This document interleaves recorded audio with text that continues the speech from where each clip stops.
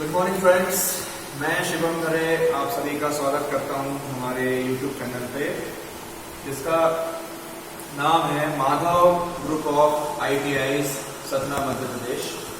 इसके अंतर्गत हमारा RP ITI पन्ना से यह चैनल प्रसारित हो रहा है। तो जैसा कि हम फर्स्ट ईयर के लिए चैप्टर नंबर 6 प्रारंभिक विद्युत एलिमेंट्री इलेक्ट्रिसिटी के अंतर्गत आगे बढ़ेंगे। तो आज हमको पढ़ना है विद्युत राशियों के प्रकार। विद्युत राशियां, जैसे कि आप पहले पढ़ चुके हो कि विद्युत राशियां या इलेक्ट्रिकल क्वांटिटीज जब भी चर्चा होती है तो हमारे जहन में 4 चीजें आनी चाहिए: वोल्टेज, करंट, पावर और रेजिस्टेंस। तो ये चारों चीजें दो तरह से व्यवहार कर सकती हैं और उनके व्यवहार के आधार पे, उनके बिहेवियर के बेसिस पर तो विद्युत राशियां, चाहे वो वोल्टेज हो, करंट हो या पावर हो, दो तरीके से व्यवहार कर सकती हैं। उन तरीकों के आधार पे ये दो प्रकार की होती हैं। नंबर 1, दिष्ट धारा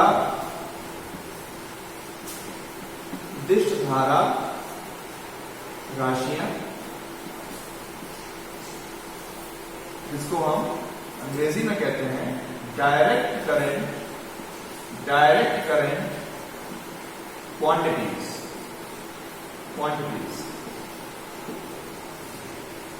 और दूसरी होती है प्रत्यावर्ती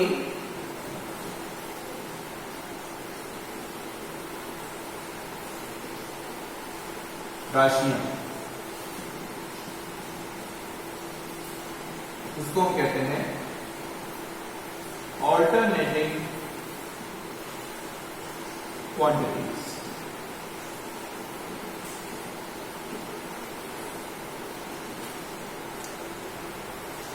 तो अब यहां पर बहुत ही जो हम सिली मिस्टेक करते हैं कभी कभी, वो ये करते हैं कि आप जल्दबाजी में कह लीजिए या फिर भूलवश कह लीजिए, हम सिर्फ इतना कहते हैं कि डीसी करंट और एसी करंट, डीसी और एसी।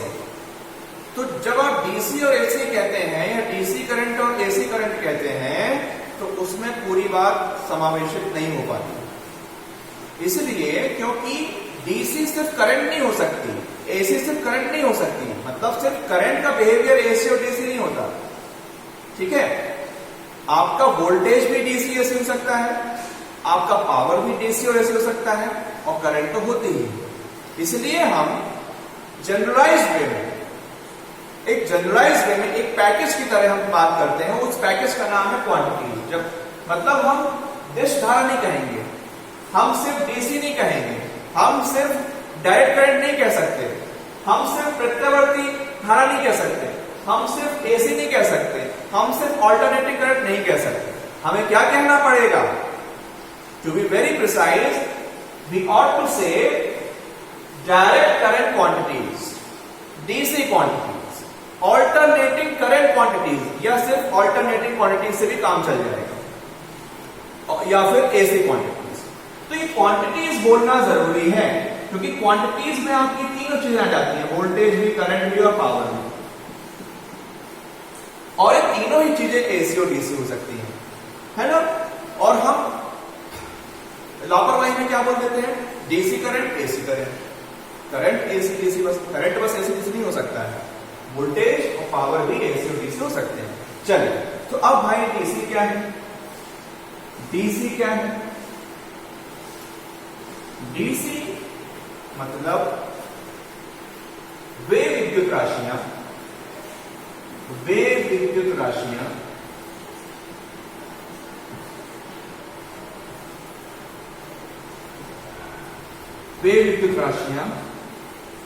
जिन पर या जिनके परिमाण एवं प्रवाह की दिशा पर समय परिवर्तन का कोई प्रभाव नहीं पड़ता। ठीक है, अर्थात अगर हम समय और डीसी धारा या फिर डीसी वोल्टेज या फिर डीसी पावर को कंपेयर करें, ठीक है, मैथमेटिक्स में कंपेयर करने के लिए हम कर्व या ग्राफ का सहारा लेते हैं। ग्राफ हम जब भी बनाते हैं तो हमको 2 या 3 एक्सिस, 2 डायमेंशंस या 3 डायमेंशंस की जरूरत पड़ती है। 2 डायमेंशन से हमारा यहाँ पर अगर 2 राशियां हैं तो 2 डायमेंशन से हमारा काम चल जाएगा। ठीक है, जिसके रेफरेंस, जिसके सापेक्ष, जिसको लेकर हमें चलना है उसको हम नॉर्मली एक्स एक्सिस पे लेते हैं, धनात्मक एक्स अक्ष। यहाँ पे हम तो समय के सापेक्ष में बात करनी है तो समय पर क्या प्रभाव पड़ता है, तो हमने एक्स अक्ष पे समय को ले लिया और धनात्मक वाई अक्ष पे ऋणात्मक की हमें डीसी में आवश्यकता नहीं पड़ेगी, सिर्फ धनात्मक वाई अक्ष पे हमने ले लिया परिमाण और दिशा इसकी, या तो पावर की या फिर धारा की और या फिर वोल्टेज या विभव की। दो, अब ये तीनों ही कैसे हैं, डीसी, हम डीसी की बात कर रहे हैं। तो अगर समय अभी 0 सेकेंड है, फिर 5 सेकेंड बाद भी आप देख लो, 10 सेकेंड बाद भी देख लो, 15 सेकेंड बाद भी देख लो, अगर एक बार जो परिमाण है, अगर वोल्टेज 110 वोल्ट है, अगर धारा 5 एम्पियर है, अगर पावर 150 वॉट है, तो फिर ये इनको इतना ही रहना है। इनका मान, करंट का मान पूरे समय के लिए 5 एम्पियर ही रहा आएगा। वोल्टेज का मान अगर 110 वोल्ट पहले से है तो पूरे समय के लिए 110 वोल्ट ही रहा आएगा। पावर का मान अगर 150 वॉट है, 150 वॉट्स है, तो वह पूरे समय के लिए 150 वॉट्स ही रहा आएगा।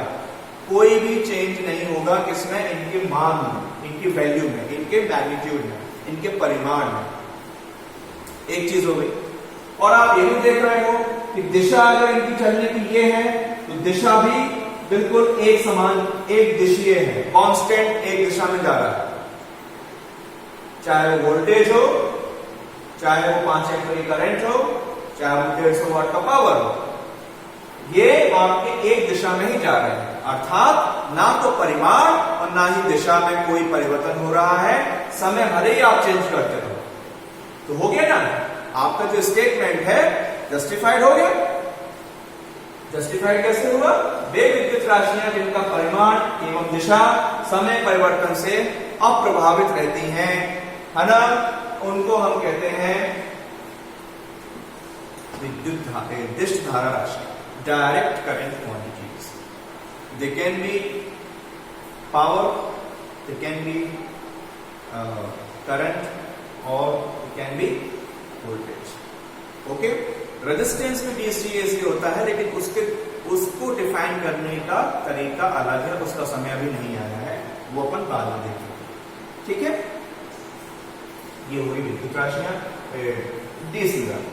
ठीक है, अब मतलब यहां पर अगर कोई आपसे पूछे, आपको आपकी माइंड को चेक करने के लिए, आपको घुमाने के लिए थोड़ा सा ट्विस्टिंग क्वेश्चन पूछ ले कि अगर किसी भी डीसी क्वांटिटी का समय के साथ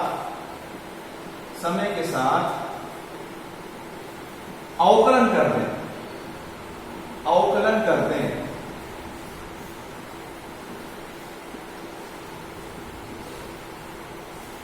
तो उसका मान कितना आएगा।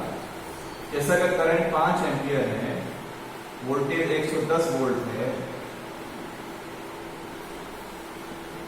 और पावर अगर 150 वाट है और इसका हमने समय के साथ परिवर्तन अवकलन कर दिया, तो इनका मान कितना आएगा, इनका मान 0 आएगा। 0 आएगा। क्यों आएगा, क्योंकि ये चाहे धारा हो, चाहे वोल्टेज हो, चाहे पावर हो, तीनों ही डीसी है। डीसी को हम कह सकते हैं स्थिर है, कांस्टेंट है, और किसी कांस्टेंट का समय के साथ या किसी भी राशि के साथ जो अवकलन होगा कितना आएगा, 0 आएगा। तो ये भी आप देख लीजिए, क्योंकि ये स्थिर राशियां हैं, इनका मान परिवर्तित नहीं होता है, इसलिए इनका समय के साथ अवकलन डिफरेंशिएशन करने पे जो हमें प्राप्त होगा वो क्या प्राप्त होगा, 0, 0। ठीक है, ये हो गया। तो ये डीसी राशि हो गई। अब इसके ठीक विपरीत होती हैं आपकी प्रत्यावर्ती राशियां, है ना।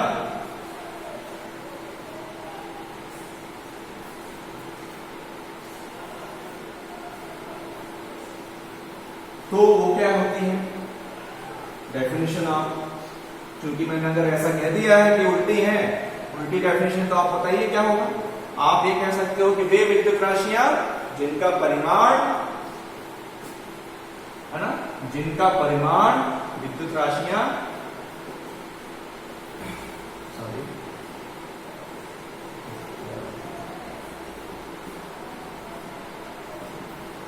आप चाहो तो प्रत्यावर्ती धारा राशियां बोल सकते हो, या फिर सिंपल धारा को अगर आप ओमिट कर दो तो भी कोई दिक्कत नहीं है, प्रत्यावर्ती राशियां भी कहलाती हैं वो।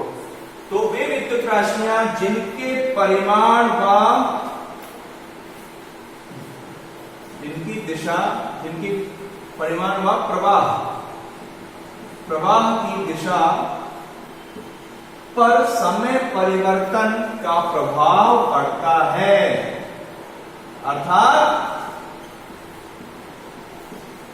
क्या, समय के साथ परिमाण एवं दिशा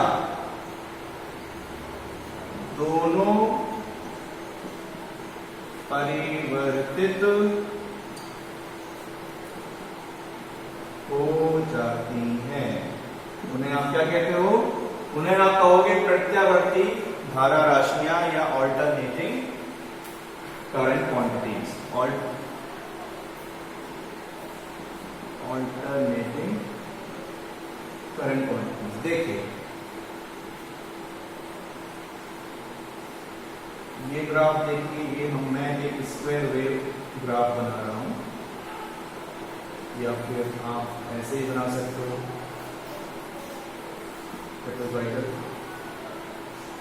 आप ऐसे ही बना सकते हो।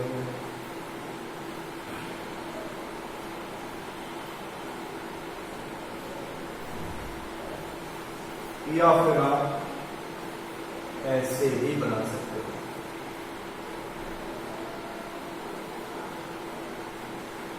ये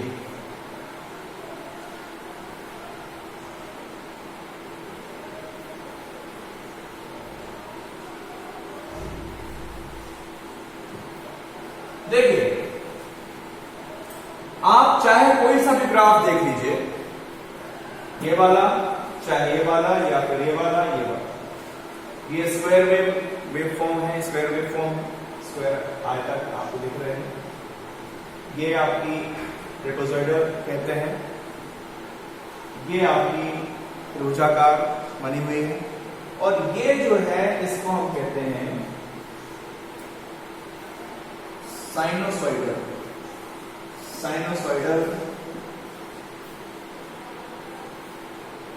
तरंग, और अंग्रेजी में भी साइनोसॉइडल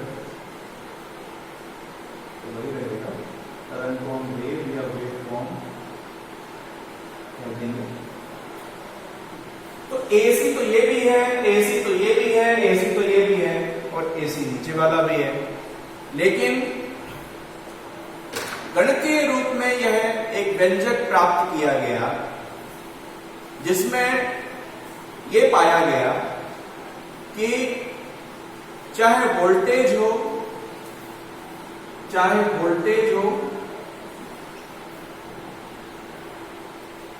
करंट हो, चाहे पावर हो, तो इनमें जो परिवर्तन है वो ट्रिग्नोमेट्रिक साइन रेशियो के अकॉर्डिंग चेंज होता है। आप देखिए वोल्टेज भी डिपेंडेंट है साइन थीटा पर, करंट भी डिपेंडेंट है साइन थीटा पर, और पावर भी डिपेंडेंट है साइन। ये व्यंजक हम प्राप्त करेंगे एसी परिपथों में आगे की क्लासेस में, आगे के अध्यायों में।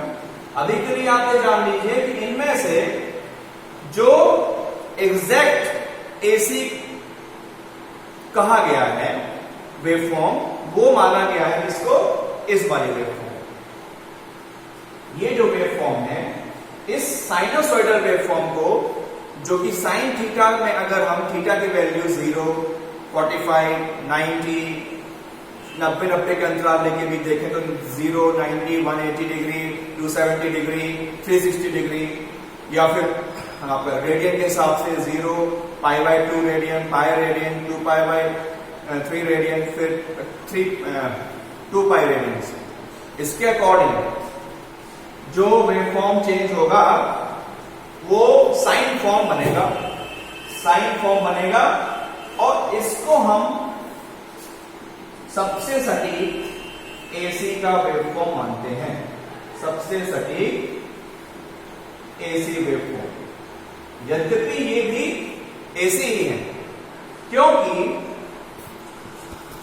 जैसा कि मैंने कहा था, हमें अगर दो राशियों के बीच में कंपेयर करना हो, तुलना करनी हो, तो हम गणित की भाषा में आपका ग्राफ का सहारा लेते हैं। ग्राफ में हम दो अक्ष लेते हैं, एक्स अक्ष और वाई अक्ष। तो यहां पर हम वही चीज करते हैं। यहां पर अगर हम समय ले लें और यहां पर कोई भी वोल्टेज हो, एसी वोल्टेज ले लें, एसी करंट ले लें, एसी हो, तो वो उसका जो स्वरूप आएगा वो इस प्रकार से है। ठीक है, अर्थात ये जो एक्सिस है वो समय की एक्सिस है। यद्यपि ये समय की एक्सिस ना होकर इसको हम मानते हैं एंगुलर डिस्प्लेसमेंट की एक्सिस, थीटा की एक्सिस। और थीटा बराबर होता है कोणीय वेग ओमेगा गुणित समय। तो थीटा की वैल्यू अगर आप पुट करिए, थीटा की वैल्यू अगर आप 0 पुट करिए, तो अगर यहां पे आपने वाई एक्सिस पे करंट ले लिया है या फिर वोल्टेज ले लिया है, करंट, वोल्टेज या फिर पावर, तो तीनों कैसे होनी चाहिए? एसी। तो इनके परिमाण और दिशा, परिमाण और दिशा दोनों ही इस थीटा के एंगल के अकॉर्डिंग, थीटा की वैल्यूज आप जैसे जैसे चेंज करते जाओगे, और थीटा कहां पर लिया है हमने? ये हो गई आपकी एक्स एक्सिस, एक्स अक्ष, और ये हो गई आपकी धनात्मक वाई अक्ष, धनात्मक एक्स अक्ष, धनात्मक वाई अक्ष और ऋणात्मक वाई अक्ष। हमें इसमें ऋणात्मक वाई अक्ष की भी आवश्यकता पड़ रही है। देखिए आप, तो ये देखिए, जब थीटा 0 डिग्री है तब मान 0 है। जब थीटा हमने 90 डिग्री कर दिया तब मान बढ़ के पहुंच गया सबसे अधिकतम, इसको हम बोलते हैं पीक वैल्यू, शीर्ष मान। जब हमने और थीटा को 90 डिग्री और आगे बढ़ाया तो 90 कितना होता है? यहां पर आ गया 180 अंश। 180 अंश पे ये फिर शीर्ष मान से गिर के इसका मान 0 हो गया। फिर 180 में और 90 जोड़िए आप, कितना आएगा? यहां पर 270 डिग्री। 270 डिग्री के संगत में देखिए, फिर से इसका मान, जो ये राशि है, एसी राशि है, इसका मान अब फिर से शीर्ष पे पहुंच गया, पीक पे पहुंच गया। लेकिन अब दिशा उल्टी हो गई। अभी ये धनात्मक दिशा में थी, अब ये ऋणात्मक दिशा में पहुंच गई। तो ऋणात्मक मान हो गया इसका, ऋणात्मक दिशा में पीक वैल्यू हो गई। फिर आपने अगला 90 डिग्री लिया आपने, तो 360 डिग्री। तो 0 से लेके 360 डिग्री का एक साइकिल होता है। आपको पता है, कोई भी साइकिल या पर हम बात करें वृत्त, आप वृत्त की बात करते हो, साइकिल, सर्किल की, तो वृत्त अपने केंद्र पर कितने अंश का कोण बनाता है? 360 डिग्री अंश का कोण बनाता है। मतलब, और वृत्त को हम किससे जोड़ के देखते हैं? एक चक्र, एक संपूर्ण चक्र, एक कंप्लीट साइकिल। तो वही साइकिल यहां पर कैसे हो रहा है, 0 डिग्री से लेके 360 डिग्री। तो 360 डिग्री पे कैसे पहुंचे, तो वैसे ही एक जो ऋणात्मक दिशा में जो अधिकतम मान था वह फिर से गिर के शून्य हो गया। शून्य अधिकतम, शून्य अधिकतम धनात्मक दिशा में, फिर शून्य, फिर अधिकतम ऋणात्मक दिशा में और फिर शून्य। 0 से लेके 360 डिग्री तक ये चाहे वोल्टेज हो, चाहे पावर हो, चाहे करंट हो, साइन थीटा, थीटा के साइन अनुपात के अकॉर्डिंग वो वेरी होता है, चेंज होता है। इससे क्या सिद्ध हो गया, इससे जो हमारा स्टेटमेंट लिखा है, वे विद्युत राशियां जिनका परिमाण भी क्या हो रहा है, शून्य अधिकतम, शून्य अधिकतम, शून्य। तो परिमाण भी चेंज हो रहा है और दिशा भी देखिए आप, पहले धनात्मक अक्ष x अक्ष के ऊपर धनात्मक हिस्से में और फिर x अक्ष के नीचे ऋणात्मक हिस्से में, तो दिशा भी चेंज हो रही है, तो दिशा भी चेंज हो रही है और परिमाण भी चेंज हो रहा है। तो ये राशि क्या कहलाएंगी आपकी, ऑल्टरनेटिंग क्वांटिटीज, प्रत्यावर्ती राशि। ठीक है, अब इनमें क्या है, परिवर्तन है, समय के साथ परिवर्तन है, तो इसीलिए इनके साथ बहुत सारे डेफिनेशंस भी एसोसिएटेड हो जाती हैं, वो हम देखेंगे नेक्स्ट क्लास में। जैसे कि आवृत्ति है, तात्कालिक मान है, इंस्टेंटेनियस वैल्यू जिसे हम कहते हैं, फिर एवरेज वैल्यू औसत मान, फिर वर्ग माध्य मूल मान, root mean square value, form factor, peak factor. ठीक है, तो आज के लिए इतना ही, थैंक्स वेरी मच। एक बार फिर से मैं आपका Madhav group of ITI Satna के जरिए आप सभी का बहुत बहुत धन्यवाद देना चाहता हूं। Thanks very much.